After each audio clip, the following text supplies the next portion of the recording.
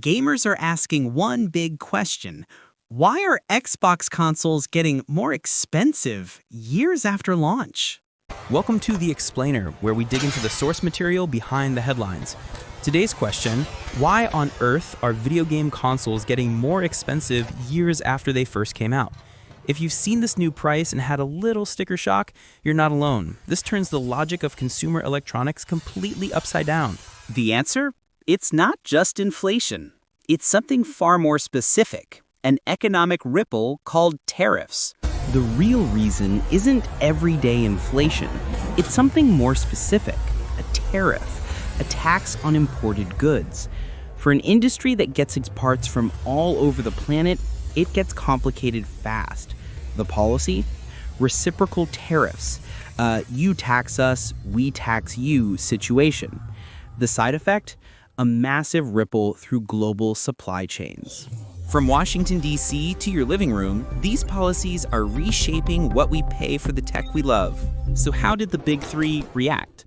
Microsoft raised prices directly. Sony raised them strategically outside the US. And Nintendo, they held the line on the console itself, but passed costs on to accessories. 3 different strategies for the same global problem. Welcome to The Explainer, where we dig into the source material behind the headlines. Today we're tackling a question a lot of gamers are asking. Why on earth are video game consoles, especially the Xbox, getting more expensive years after they first came out? It's a trend that goes against everything we think we know about tech. And the answer? Well, it's a fascinating story about how the global economy works. So, if you've been browsing for an Xbox Series X lately, you might have seen this number pop up and, yeah, had a little bit of sticker shock. And you are definitely not alone. This is the new recommended price in the US, and it's a pretty major leap from what it used to cost. I mean, this is the kind of thing that just turns the logic of consumer electronics completely upside down. We all expect our gadgets to get cheaper over time, right? Manufacturing gets more efficient, parts get less expensive, but nope. Nearly 5 years into their life cycle, both Xbox models have jumped up in price. A whole $150 for the Series X and $100 for the Series S. And this comment from a Reddit user really just nails the feeling perfectly. It captures that frustration and, honestly, the confusion that's buzzing around the gaming community. It just doesn't make sense. So we decided to dig into the sources to figure out what is really going on here. So what's the real reason that all the reports are pointing to? It's not just your standard everyday inflation. Oh no, it's something much, much more specific. The main culprit behind all this is a specific economic policy called a tariff. To put it simply, it's a tax. It's a fee the government slaps on goods being imported from other countries. Now, the idea is often to help out domestic products, but for an industry like gaming that gets its parts from all over the planet, well, it can get really complicated really fast. The policy at the heart of this whole thing is what the administration has called reciprocal tariffs. The basic idea is to create a sort of you tax us, we tax you situation, to try and level the playing field with other countries. But the side effect is a massive ripple that's hitting products that rely on a global supply chain, which, let's be honest, is pretty much all of our modern electronics. Next up, let's connect the dots. How does a policy made in Washington, D.C. actually translate to you paying more for a console? The journey from a factory to your living room is way more complex than you might think. You see, it's this multi-step journey where costs just keep piling up. An Xbox isn't made in one place. You have components sourced from a bunch of different countries. Then, those parts are shipped across borders, maybe multiple times, for different stages of assembly. And every single time a part crosses a border, bam, it can get hit with a tariff. By the time that shiny finished console is finally imported into the US, its price has already been inflated over and over again. This quote from Aubrey Quinn at the Entertainment Software Association just gets right to the heart of it. No modern console is made in just one country. It's a truly global product, which is exactly what makes it so vulnerable to these kinds of compounding costs. Now for our next section. How did the big three, Microsoft, Sony, and Nintendo, react to all of this? Well, with these rising costs, each one of them played their hand a little differently. As we've already seen, Microsoft has been the most direct about it here in the US, raising the price of its Xbox consoles more than once.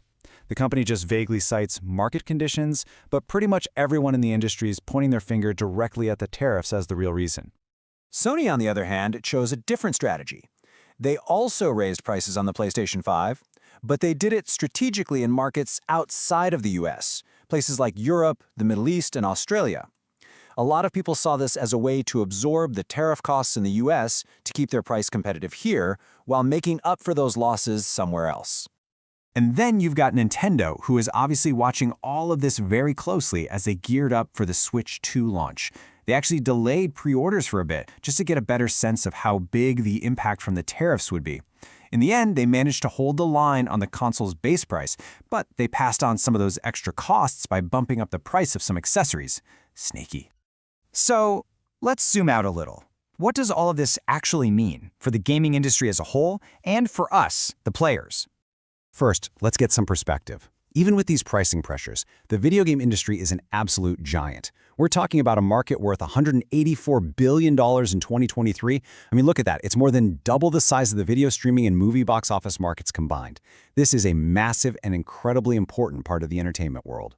But, and this is a big but, industry groups like the Entertainment Software Association are basically sounding the alarm. They're warning that if these tariffs stick around, it could have some really serious long-term consequences.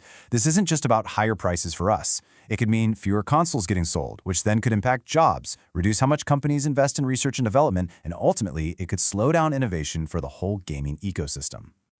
You know, the bottom line is that this whole situation just completely flips the script. For decades, we've all expected technology to get more accessible over time. This quote just sums up the totally bizarre new reality we're in.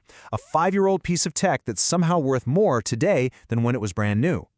And that really leaves us with this final, critical question. The price hikes on the Xbox aren't just a simple business decision. They're a direct result of a collision between global supply chains and national economic policy. It shines a light on just how vulnerable the tech we love can be, and it makes you wonder what the long-term cost will be, not just for our wallets, but for the future of gaming itself. This flips the script. For decades, we expected tech to get cheaper. Now we have a 5-year-old piece of tech worth more today. The Xbox price hike is a collision between global supply chains and national policy. It shows how vulnerable the tech we love can be. It makes you wonder, what's the long-term cost, not just for our wallets, but for the future of gaming itself? So the real question is, what will this mean for the future of gaming?